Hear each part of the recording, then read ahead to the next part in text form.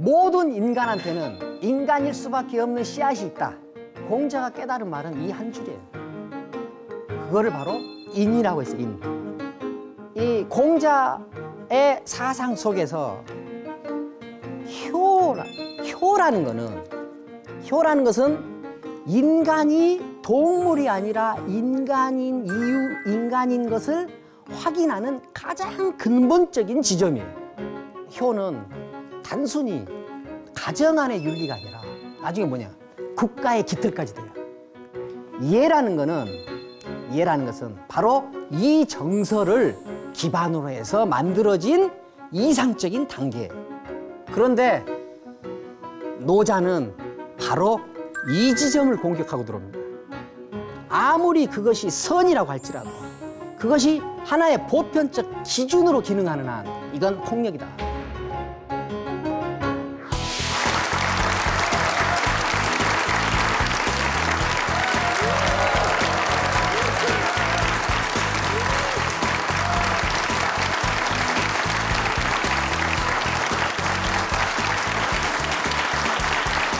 하나씩가 됩니다. 안녕하세요. 네. 그 전 시간에 이제 공자 이야기 좀 하고 노자 이야기 조금 좀 비율이 좀 맞았죠. 공자 이야기에서 제가 했던 중점을 두고 했던 이야기는 공자가 인간이 이 세계에 책임 있는 어떤 주인으로 등장할 수 있는 조건을 인간 내부에서 발견했다. 그것을 이제 어떤 천명을 극복하는 하나의 바탕으로 사용했죠. 천명은 당시 시대를 담을 수 없는 모순이 있었다면은 그것이 바로 비유성, 임의성, 주관성이었다. 그래서 이제 도는 좀 객관성, 투명성, 이제 보편성을 확보하는 방향으로 나아가야 된다. 자, 그 이야기를 하면서 이제 공자는 그 인간의 공통적인 어떤 본질을 바탕으로 했다. 어떤 보편적 기준을 만들 수밖에 없었고 그 기준이 결국은 폭력이 될 소지가 크다. 그러니까 이제 노자가 그걸 비판하고 이제 들어왔다고 그랬죠. 자, 그러면은 노자가 볼 때 공자의 천명론을 극복하려는 시도 자체는 노자가 그렇게 높은 점수를 주지 않았을 것 같죠. 그러지 않겠습니까? 생각하지 마세요. 그렇겠죠. 왜 그러냐면은 그 공자가 극복하려고 하는 이 방향이 노자가 봤을 때는 그 문제점이 있잖아요. 그러니까 노자가 볼 때 공자의 노력은 그렇게 성공적일 수 없을 것이다 하고 이제 노자는 그러니까 높은 점수를 뭐 주지 않았지 않겠습니까?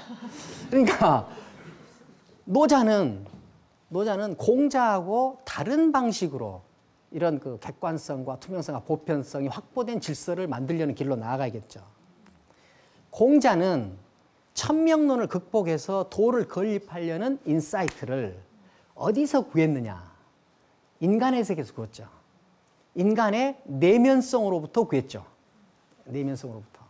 자, 인간의 내면성으로부터 구했어요. 인간의 내면성으로부터 구했다면 주관성을 완벽하게 극복해서 객관성으로 나아갈 수 있었을까요? 그러니까 주관성이라는 틀을 완전히 벗어나기는 어려운 구조를 가지고 있죠. 그렇죠. 공자 사상에는. 왜 그래요? 인간의 내면성에서 그것을 발견했으니까. 그러니까 노자는 이 인간을 완전히 벗어나요. 벗어나서 어디에서 인사이트를 구하느냐? 자연에서 인사이트를 구해요. 자연에서. 노자가 볼 때 자연에는 일단 가치가 개입되지 않기 때문에 노자가 그런 이야기를 합니다. 천도는 무친이다. 하늘의 도는 더 친하게 여기고 덜 친하게 여기는 것이 없다고 그래요. 노자가 볼 때 자연에는 가치가 개입되지 않다는 거예요. 그러니까 이것보다 더 객관적인 것은 없다고 보는 거죠. 자, 그러면은 춘추 전국시대 중국인들의 철학적 사명은 어떻게 표현하면은 천명론을 극복해서 도의 질서를 건립하는 거죠. 천명론 극복 과정에서 완벽한 극복을 이뤄낸 사람은 공자예요, 노자예요? 천명론을 그 시대적 사명에 맞게 제대로 극복했다 하는 사람은 공자겠어요, 노자겠어요? 노자죠. 그래서 공자는 천명론 극복의 노력을 인간의 내면성에서 찾다 보니까 주관성을 완전히 벗어날 수가 없고, 그러니까 항상 가치론으로 나아갈 수밖에 없게 됐다. 노자는 자연의 인간이 만들려고 하는 이 질서를 인간의 내면성을 근거로 해서 만드는 한 주관성을 완전히 극복할 수 없다. 주관성을 완전히 극복할 수 없으면 가치론으로 나아갈 수밖에 없다. 가치론으로 나아갈 수밖에 없으면 기준이 설정될 수밖에 없다. 기준이 설정되면은 이제 구분이 시작되고, 구분한 다음에는 한쪽이 한쪽을 배제하고 다른 한쪽이 또 배제된 쪽을 억압하고, 이것이 갈등의 씨앗이 돼서 결국은 인간이 누리려고 했던 평화는 멀어져 버린다. 그러니까 이제 노자는 이 인간의 주관성을 완전히 벗어나서 자연의 객관성으로 나가버리는 거예요.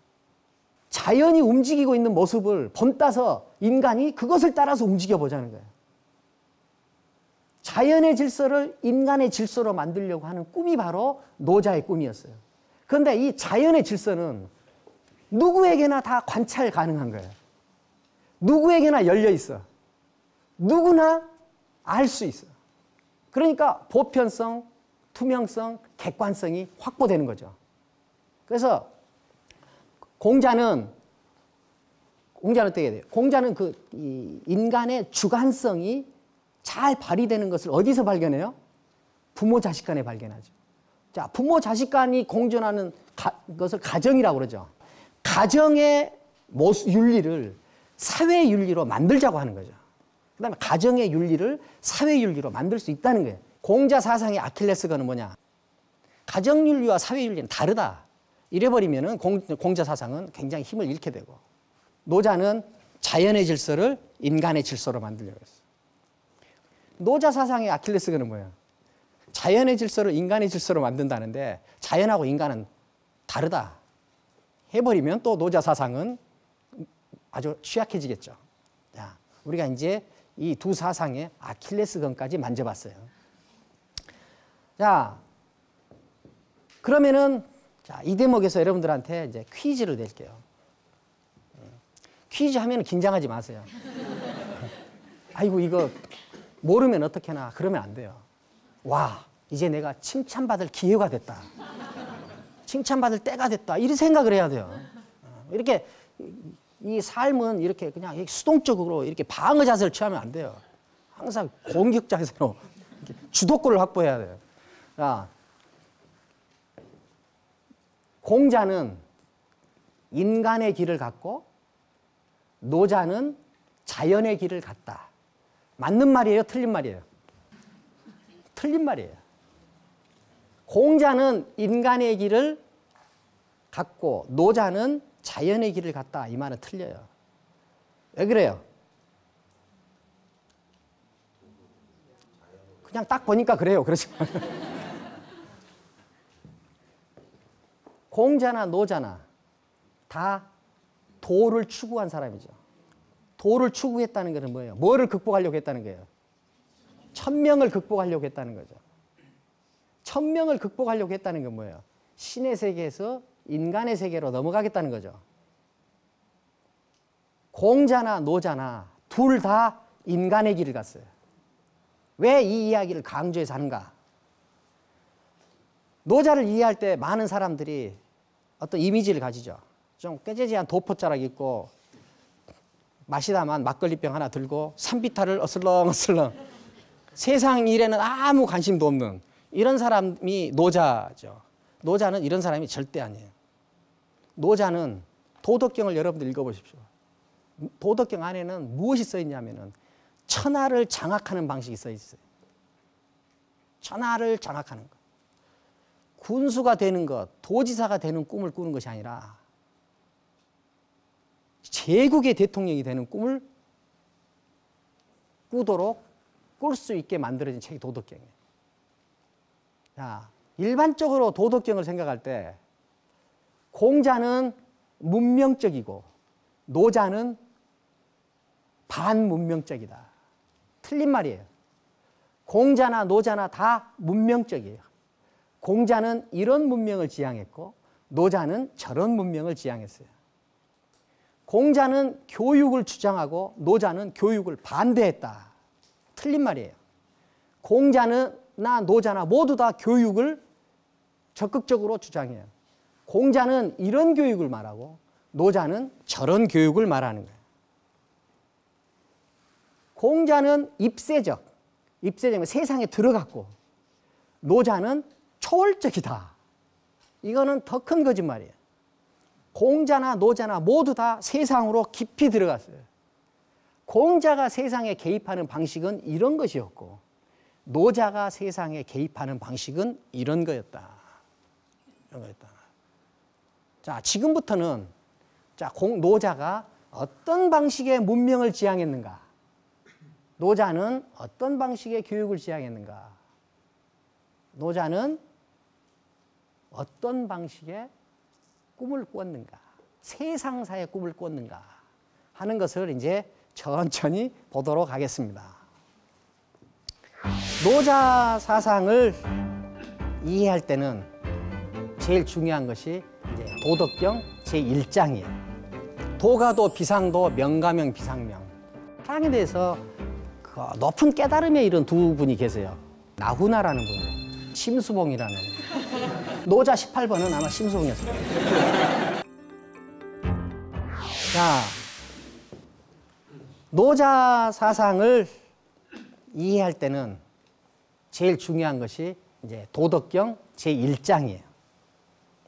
도덕경 제1장. 오늘은 도덕경 제1장을 철저하게 이해하는 시간을 갖도록 하겠습니다. 자, 철저하게 이해하는 시간을 가질까요? 자, 이제 첫 구절이 어떻게 시작되냐면요. 도가도 비상도 명가명 비상명. 그 도덕경은 노래를 채집해서 이렇게 써놓은 글이라고 그래요. 그래서 이렇게 노래에 가까워요. 근데 지금 도가도 비상도 명가명 비상명 이렇게 읽으면 잘 이해가 안 되죠. 근데 중국말로 한번 읽으면 운율이 느껴져요. 읽어보세요. 제가 한번 읽어볼까요? 네. 한 줄만 읽어볼게요. 道可道非常道名可名非常名 오, 노래 같죠? 도가도 비상도 명가명 비상명. 이제 이 귀절을 정확히 이해하는 것이 중요해요. 그런데 도가도 비상도를 바로 이해하면 어려우니까 명가명 비상명부터 이해해보죠. 예, 명가명. 명가명은 비상명 뭐냐면 명은 뭐냐면 이름이라는 뜻이 이름. 이름. 그 다음에 이름을 가명. 그러니까 이름을 그러니까 정의 내릴 수 있으면 개념화할 수 있으면 그러니까 그 이름에 어떤 의미로 딱 채워줄 수 있으면 그거는 진짜 이름이 아니다. 좀 그럴듯하지만 뭔지 모르게 헷갈리죠. 자, 그런데 왜 이 사람들은 개념, 명 이것이 철학적으로 그렇게 중요했을까요? 이게 중국 선진 철학에서 명실, 실은 우리가 실체할 때 실학할 때 그 실과 명의 관계 문제가 중요한 철학적 주제예요. 왜 그러냐면은 원래 붙어있던 이름과 다르게 세상이 전개돼 버리는 거예요. 뭐냐? 우리가 앞에서 이야기했듯이 옛날에는 소인이라는 말 안에 의미가 집에 받는다는 의미가 들어있었죠. 그 다음에 땅에서 일한다는 의미가 들어있었죠. 그리고 군자에는 뭐예요? 지배한다는 의미가 들어있었죠. 그 다음에 또 책을 본다는 의미가 들어가 있잖아요. 그런데 이것이 이 역전 현상이 일어나 버리잖아요. 소인들 중에서 땅에서 일하지 않는 소인이 생겨버리고 소인들 중에서 군자 자리에 올라가 버린 소인도 생기고, 그러니까 자기가 원래 가지고 있던 이름과 자기 원래 실질 모습이 점점 이게 변해버린 거예요. 이렇게 변하게 된 가장 근원적인 이유가 뭐였어요? 철기죠. 철기죠. 그러니까 이 명과 실 관계가 흐트러진 이것이 바로 뭐냐면 춘추 전국시대 계급의 혼란이고 정치 구조의 혼란이고 그 다음에 세계관의 혼란이에요. 그러니까 그 당시 춘추 전국시대 사람들한테는 명과 실의 관계가 중요한 철학적 주제예요. 자, 그래서 이제 명이라는 이야기를 하면 명이 어떤 이름이 명칭이 개념화할 수 있으면 그거는 제대로 된 이름이 아니다. 자, 이걸 한번 우리한테 제일 아름다운 단어로 이걸 설명해 보죠. 제가 사랑이라는 단어로 설명을 해볼게요. 사랑. 사랑에 대해서 우리나라에서 대표적으로 사랑에 대해서 높은 깨달음에 이른 두 분이 계세요. 한 분은 나훈아라는 분이에요. 이분이 사랑에 대해서는 일가견이 있는 분 아니에요. 나훈아는 사랑에 대해서 뭐라고 말하냐면 사랑이 뭐냐고 물으신다면 뭐예요? 눈물의 씨앗이라고 말하겠어요. 이건 전형적인 근대의 언어를 그대로 보여주는 거예요. 사랑이 뭐냐고 할 때 영어로 하면 의문사를 뭘 씁니까? what이라는 의문사를 쓰죠. 사랑이 뭐냐고 물으신다면 그럼 what이라는 의문사를 사용했죠. 그 다음에는 뭐야? 눈물의 씨앗이라고 정의 내렸죠. 자, 그러면은 어떤 사람이 사랑을 했다. 사랑을 했는데 계속 웃고만 있어요. 계속 웃음의 씨앗만 남기고 있어. 그러면 나훈아의 정의에 의하면은 제대로 된 사랑이에요? 부족한 사랑이에요? 부족한 사랑이죠. 좌우지간 나훈아의 사랑에는 사랑이 슬퍼야 돼. 눈물의 씨앗이어야 돼. 사랑이 뭐냐고 물으신다면 눈물의 씨앗이라고 말하겠어요. 이 말은 뭐예요? 눈물의 씨앗이라고 나는 사랑을 정의하겠다 그 말이죠. 나는 사랑을 눈물의 씨앗이라고 개념화하겠다는 거예요. 정의 내린다 하는 거는 뭐냐 하면은 영어로는 define이라고 그러죠. define이라는 말은 뭐냐면은 울타리를 친다는 말이에요. 울타리를 친다. 자, 사랑이라는 단어를 다른 단어와 격리시켜서 울타리를 쳐가지고 그것만 딱 드러내는 것. 이것이 개념화하는 일이고 정의 내리는 일이에요. 자, 이해가 되세요? 네. 우리가 무엇을 정의 내린다. 그러면은 다른 것과 구분 짓는다는 거죠. 그것만 딱 울타리 쳐놓는다는 거예요. 사랑이 뭐냐고 물으신다면 눈물의 씨앗이라고 말했다. 이 말은 뭐냐면은 사랑은 눈물의 씨앗이라는 의미 안으로 딱 울타리를 쳐서 가뒀다는 거예요. 이 말은 뭐냐? 사랑을 눈물의 씨앗이라고 개념화하면 눈물의 씨앗으로 정의 내려버리면 진짜 사랑이 아니다. 진짜 사랑이 아니다. 자, 사랑에 나훈아보다도 더하면 더하지 덜하지 않는 사랑의 일가견이 있는 분이 계세요. 심수봉이라는. 심수봉은 어떻게 노래해요? 사랑보다 더 슬픈 건 정이라고. 사랑보다 더 슬픈 건 정이라고.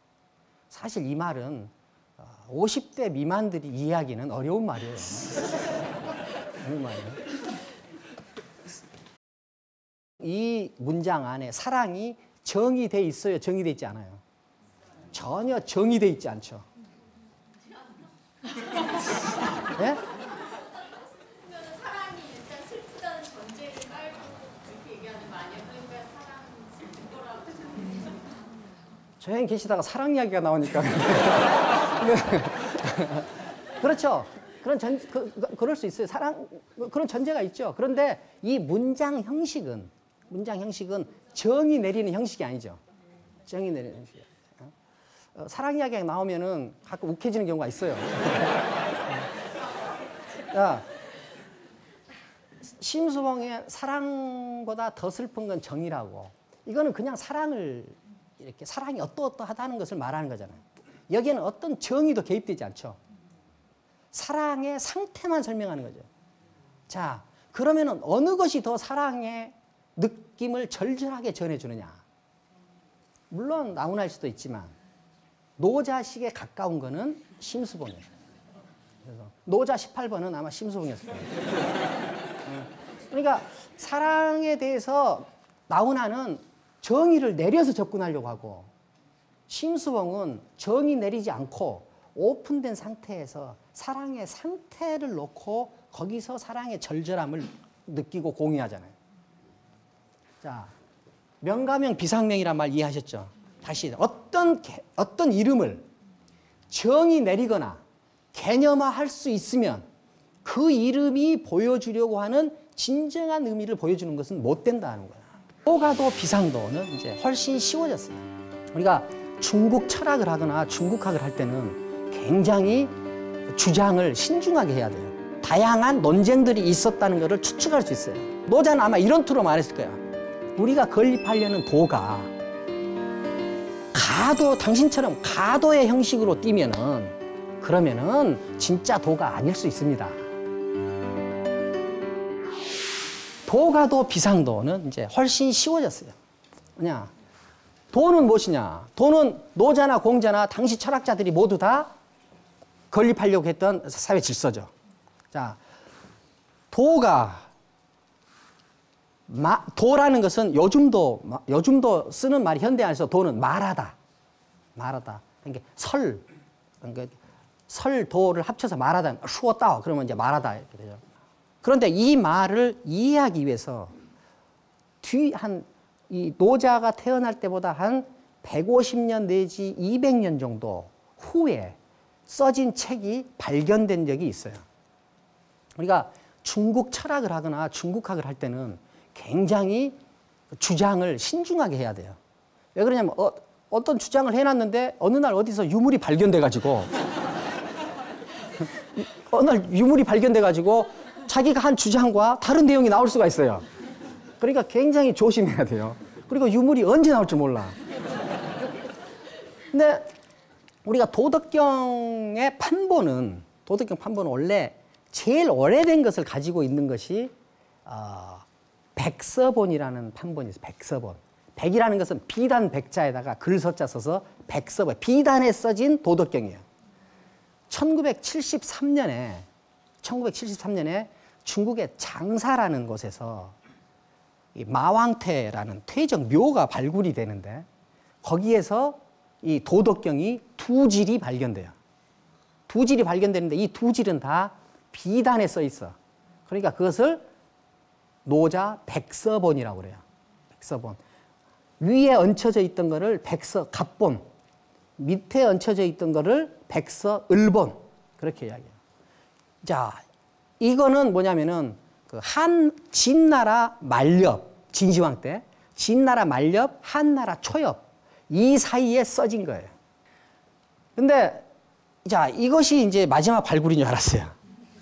1973년에 이것이 발굴되고 나서 20년 후에 1993년에 호북성에서 또 뭐가 발견되냐면 당시 그 왕묘가 발견이 돼요. 그 묘는 그러니까 백서보다 한 200년 정도 앞선 건데 그때는 뭐로 쓰였냐면은 죽간으로 쓰여져 있어요. 죽간이라는 건 뭐야? 대나무 조각을 얇게 쪼개서 청색을 제거한 다음에 청색을 제거하고 나오는데 거기다 기름칠을 하고 거기다 글자를 쓰고 거기다 다시 기름을 입힌 그걸 죽간본이라고 그래요. 죽간본. 그러니까 죽간본은 뭐예요? 이런 여러 대나무 조각으로 만들어서 이걸 가죽으로 끼웠죠. 근데 이 죽간본은 다양한 죽간본이 발견됐어요. 거기에서도 이제 도덕경의 일부가 발견돼요. 그런데 거기 도덕경이 발견될 때 그 옆에 유교 관련 죽간본들도 발견이 돼요. 발견이 되는데 거기에 존덕의라는 책이 발견이 돼요. 존덕의라는 책이 발견되는데 그 존덕의라는 책 안에 귀절에 뭐가 나냐면은 시의 군자. 그래서 군자는 인도를 우선시한다 이렇게 써 있어요. 인도를 우선시한다. 인도는 사람의 길이죠. 인도를 우선시한다. 그런데 또 성자명출이라는 제목을 가진 유교 경전 안에 뭐라고 써있냐면은 오직 인도가 가도가 된다 이 말이에요. 가도 여기서 도가도 할 때 이 가도. 그러니까 가도라는 것은 뭐냐면은 당시 이게 가도가 하나의 명사 구처럼 사용되어 있기 때문에 하나의 용어로 쓰였던 것 같고 그 다음에 이 가도를 중심으로 해서 놓고 다양한 논쟁들이 있었다는 것을 추측할 수 있어요.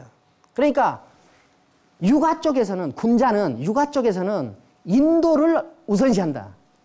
천도는 지금 도가에서 우선시하는 거죠. 자연의 질서를. 그러니까 우리는 인간은 인간의 질서를 우선시한다. 인도를 우선시한다. 그런데 이 인도는 어떤 형식으로 되어 있느냐? 가도의 형식으로 되어 있다 그 말이에요. 가도의 형식으로. 그러니까 이 기절을 해석할 때 그냥 이렇게 글자 자체로만 해석하면 안 되고 그럼 다양한 해석이 나올 수 있고 당시 철학적 논쟁이 어떻게 이루어져 있는가, 이루어졌던가 하는 것을 근거로 해서 이해하면 훨씬 쉬울 것이다. 그게 뭐냐? 죽간본 성자명출과 죽간본 존덕이 두 책을 근거로 해서 볼 때 육아 사상을 주장하던 군자들은 천도, 즉 자연의 도가 아니라 인도를 우선시했고 그 다음에 그 인도는 가도의 형식으로 이루어져 있다. 인도는 가도의 형식으로 이루어져야 된다고 주장한 내용이 거기 들어있단 말이에요. 그러니까 이 도가도는 뭐냐? 도가 가도의 형식을 띠면 가도의 형식을 떼면 비상도, 진짜 도가 아니다 이 말이에요. 그러면은 그때 당시 도를 놓고 나서 도를 건립하는데 노자는 천도 입장을 가려고 하는 거고 즉 자연의 입장을 수용하려고 그러는 거고 그 다음에 공자는 인간의 내면성에서 발굴한 근거를 가지고 세우려고 했기 때문에 인도의 방향으로 간다 말이에요. 자, 인도의 방향으로 가는 것이 가도고 그 다음에 뭐예요? 천도의 형식으로 가는 것이 상도고 그 다음에 뭐예요? 인도의 방향으로 가는 것이 가명이고 천도의 방향으로 가는 것이 상명이다. 자, 이해가 되셨어요? 왜 이해 안 된 표정을 지금 자, 이해되셨으리라고 믿고 싶습니다. 근데 자, 가도는 말할 수 있는 도예요. 언어화할 수 있는 도예요. 언어화할 수 있는데. 자, 공자 사상은 본질을 긍정합니까? 긍정하지 않습니까? 옆에 사람 보지 마세요. 본질을 긍정합니까? 긍정하지 않습니까? 긍정하죠. 그 본질이 뭐였어요? 그 본질이 뭐예요? 공자 용어로 빌리면 인이죠, 인. 본질을 긍정한다 하는 거는 구분을 한다는 뜻이에요, 구분. 그러면 공자 사상에서 구분은 긍정되는 행위겠어요, 부정되는 행위겠어요? 긍정되죠, 당연히. 자, 그러면은 우리가 아까 개념 이야기했죠. 이름. 자, 그 이름은 지금 이 맥락에서 봤을 때 이름은 어떤 것을 정의 내리는 기능을 하는 거죠, 이름은. 정의 내리는 거는. 자, 정의 내리는 기능을 한다면은 정의 내린다는 것은 울타리 치는 거죠. 울타리 친다면은 뭐예요? 구분하는 거예요, 안 하는 거예요? 구분하는 거죠. 자, 그러면은 개념화 한다, 정의 내린다 하면은 구분을 하는 거예요, 안 하는 거예요? 하는 거죠. 이거 삿대질 아닙니다. 하는 거죠. 근데 자, 그러면은 공자는 자, 여러분들 가만히 생각해 보세요. 공자는 언어 친화적이에요? 언어하고 안 친해요? 언어 친화적이죠. 언어 친화적이죠. 개념 친화적이 아니에요. 친화적이죠. 개념 친화적이죠. 그렇죠. 구분 친화적이 아니에요. 친화적이죠. 딱 보면은 공자는 아, 언어를 긍정하는 사람이구나. 아, 구분을 긍정하겠구나. 정의 내리는 것을 아주 좋아하겠구나. 이런 생각을 할 수 있는 이유는 뭐예요? 그 사람이 뭔지를 긍정했기 때문에? 본질을 긍정했기 때문에. 어떤 철학이든지 그 철학이 어떤 본질을 기반으로 하고 있다. 에센스를 찾는 철학을 한다. 그러면은 그 철학자는 뭐냐면 구분하고 정의 내리고 하자. 구분과 정의 내리는 것이 긍정적이고 그러다 보니까 당연히 언어 친화적이다. 무슨 말인지 아시겠죠? 자, 그러면은 군자가 인도를 우선시하고 이 인도는 가도의 형식을 띠고 있다면 이 가도는 언어 친화적이 아니에요. 당연히 언어 친화적이죠. 언어 친화적이죠. 그 다음에 뭐예요? 구분 긍정하는 거죠. 구분을.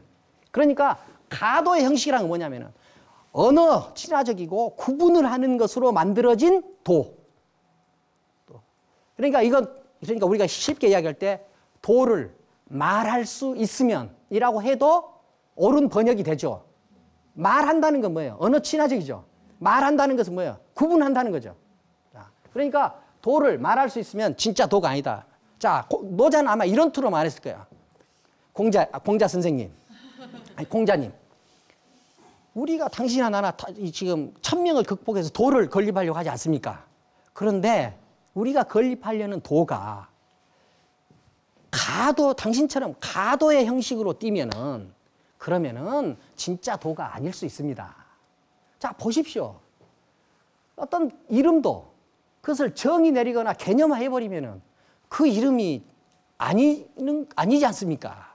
지금 이런 투로 말을 한 거다. 자, 이해되시죠? 네. 노자는 여기서 왓이라는 의문사를 씁니까? 안 씁니까? 왓이라는 의문사를 써요? 안 써요? 쓸 이유가 없죠. 왜 그러냐면 본질을 긍정하는 사람들한테만 왓이 중요해. 노자한테는 무엇이 중요해요? 하우가 중요해. 어떻게가 중요해. 무엇이 중요한 것이 아니라 어떻게가 중요하다. 노자 도덕경 읽을 때 보통 사람들은 다 천지는 무에서부터 출발했다 이렇게 보고 있어요. 무에서부터 출발해 보고 있다는데 이거는 노자 사상을 제대로 이해하는 것이 아닙니다. 유는 명만물지모, 유가 만물을 낳았다 이렇게 해석하는데 할 수도 있는데 그건 전혀 잘못된 해석이에요. 시작은 어디에 있어요? 자, 이게 굉장히 재밌어지는데요. 자, 여기서 집중력이 떨어지면 이해하기가 어려워요. 자, 무, 명천지시, 유, 명만물지모. 자, 이 개념을 이해하는 것이 쉽지 않아요. 무라는 것은 뭐냐면은 무는 이렇게 이제 설명한다 이 말이에요. 뭐냐? 천지의 시작이다. 천지의 시작이다. 그러니까 노자 도덕경 읽을 때 보통 사람들은 다 천지는 무에서부터 출발했다 이렇게 보고 있어요. 무에서부터 출발해 보고 있다는데 이거는 노자 사상을 제대로 이해하는 것이 아닙니다.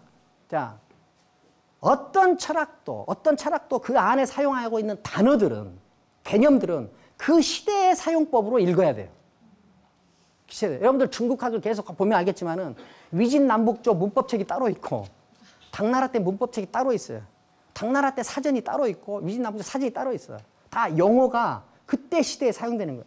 이때 시라는 개념은 우리 말로 그런 말 때 비롯되다는 거죠. 비롯되다는 것은 거기서부터 없던 데서 확 생기는 것이 아니라 그 의지에서 같이 가는 것이 비롯되는 거죠. 천지지 시야 할 때 이 시는 뭐냐? 시는 설문해자라는 한자 사전에는 시라는 글자가 여지초야 이렇게 됐어요. 여자의 처음 상태. 이거를 시라고 그래요. 여자의 처음 상태. 자, 여자의 처음 상태를 할 때는 초자를 깨가지고 다시 보죠. 초라는 글자는 옷의와 칼도자가 합쳐져 있죠. 옷의, 그러니까 옷감이라는 뜻이에요. 옷감. 옷감과 칼이 함께 써져서 이게 초라는 글자를 만들어내죠. 자, 이게 굉장히 재밌어지는데요. 자, 여기서 집중력이 떨어지면 이해하기가 어려워요. 자, 이건 뭐예요? 지금 집중력이 떨어져서 그래요. 이게 손으로 보입니까? 이게 뭐예요? 옷감이에요. 옷감이에요. 여러분들이 왜 이걸 칼이라고도 하고 손이라고도 하냐면은 여러분들이 생각했기 때문에 그래요. 자, 딱 보면 알아야 돼요. 자, 이게 뭐예요? 옷감이죠. 알잖아요. 이건 뭐예요? 가위죠. 알죠? 자, 옷감으로 가위를 자르는 모습. 이것이 초예요. 옷감으로 가위로 옷감을 자르는데, 옷감을 자르는데, 조금만 틀리면 그렇게 좋아하고 그러지 마세요. 자, 옷감으로 이렇게 옷감을 가위로 자르는데, 가위로 자른다고 할 때, 자, 힘을 줘가지고, 현미경으로 봐야 보일 정도로 조금 잘랐어요. 그러면 이게 시작이 된 겁니까? 시작을 지난 겁니까? 이미 시작은 지난 거죠. 작업이 되고 있는 거죠. 자, 그런데 그 시점을 만나기 위해서 이렇게 힘을 아주 줘가지고 했는데 조금 자국만 나고 잘리지는 않았어요. 이거 시작된 거예요, 아니에요? 아직 시작 안 된 거죠. 아직 시작 안 된 거죠. 여러분들 시작은 어디에 있어요? 만약에 이게 조금이라도 잘렸다 하면 시작을 지나버린 거고, 하나도 안 잘렸다 그러면 시작된 것도 아니에요. 그럼 시작은 어디에 있어요? 시작은 있어요, 없어요? 없죠. 바로 이게 무예요. 그렇지만 시작은 어디에 있느냐? 준비와 자르기 교차 지점에 존재해요. 교차 지점이죠.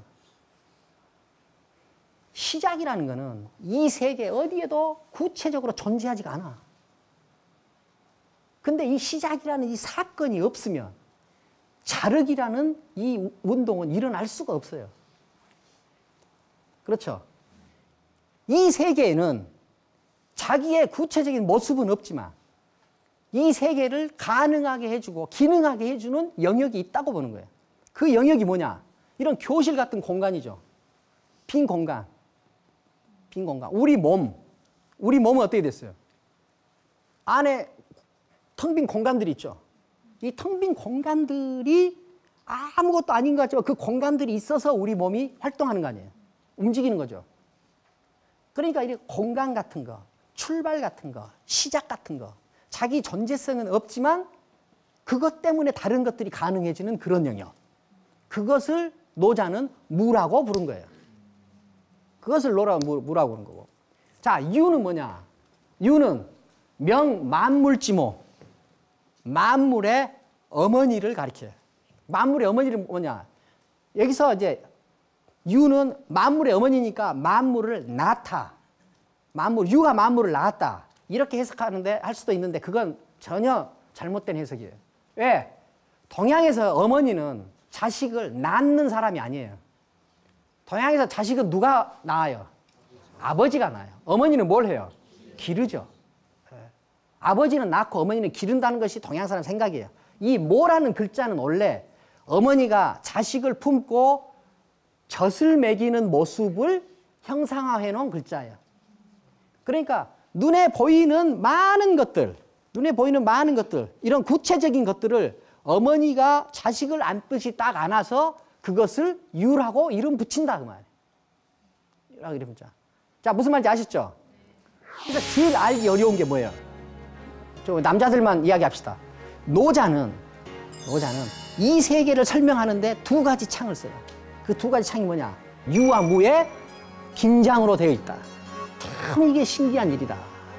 신기하고도 신기하다. 노자 도덕경 안에 나오는 모든 내용을 설명하는 뿔이에요.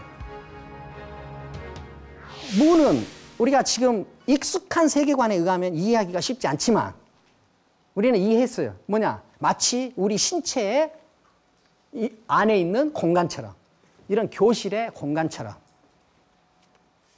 자, 그것을 무라고 하고 눈에 보이는 모든 것을 이름 붙여서 유라고 한다.